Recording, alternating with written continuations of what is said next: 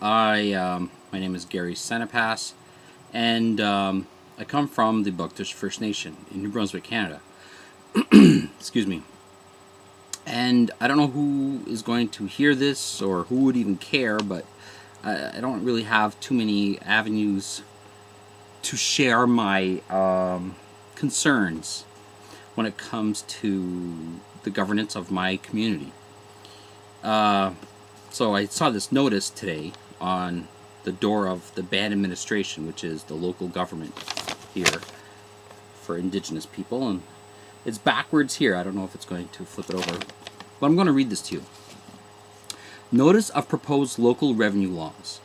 This notice is given pursuant to Section 6 of the First Nations Fiscal Management Act, considered the FMA. The Bugtush Mi'kmaq Band, the First Nation, proposes to enact the Bugtush Mi'kmaq Band Property Assessment Law 2016 and the Bugtush Mi'kmaq Band Property Taxation Law 2016. Together, the proposed laws. The proposed laws are a property assessment law and a property taxation law, both made under the authority of Section 51A of the FMA. The property assessment law provides for the assessment and valuation of interests in land in the First Nations reserve lands and includes provisions for appointing assessors, inspecting property, preparing assessment rolls, and mailing assessment notices. This law includes a process for reconsideration of assessments and for a right of appeal to an assessment review board. The property taxation law establishes a taxation regime that taxes interest in land in the reserve and includes provisions for exemptions, grants, preparing tax rolls, and tax notices, the levy of penalties and interests on unpaid taxes, and the collection of unpaid taxes. The copy of the proposed laws may be obtained from the First Nation at the address set out below. The Council of the First Nation invites written representations regarding the proposed laws. Written representations may be made to the Council only within 30 days after November 10, 2016, being December 10, 2016. If you wish to make a written representation, your written representation must be received by the First Nation at the address set out below, on or before 4 o'clock p.m., December 10, 2016. The Council will consider all written representations received in accordance with this notice before enacting the proposed laws. So first of all, the language here, I don't understand it. I don't understand what I just read. I understand words in and of themselves, but it's asking, there's a call to action, a call to community members to give a written representation. I don't know what a written representation is. This sounds like legal jargon. Should I get a lawyer to look at this? I can't afford a lawyer. I don't know, it seems kind of fishy.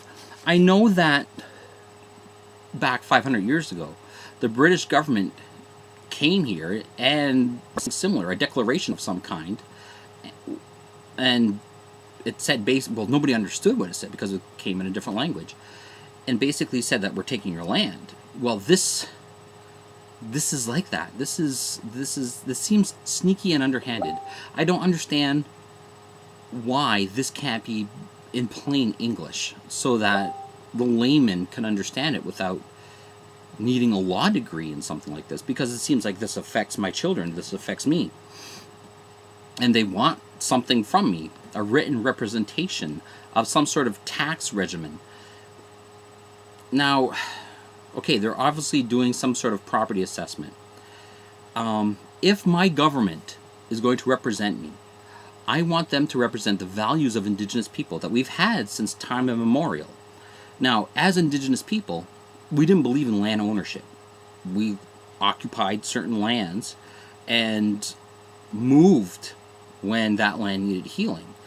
And there's never any kind of land disputes. Now, most of Canada sees Indigenous people as archaic and old, something that is primitive. And therefore, our views of land and occupation are seen or regarded as primitive. Where This sounds more like a non-native value, a non-native philosophy. Now, the Supreme Court of Canada said that there is no more forced assimilation here in Canada, but this document seems like it's a forced assimilation.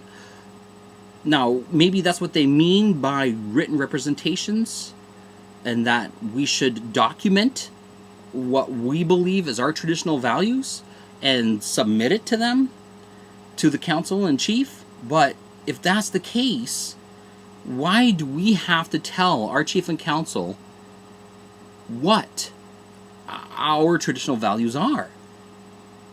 There seems to be a disconnect, and maybe I'm freaking out for no reason at all.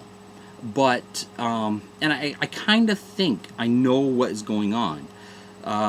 We have telephone poles, there's roads that run through our lands, and they want to tax, let's say, the provincial government for these services that are coming into our lands, and we're going to get revenues from the provincial government.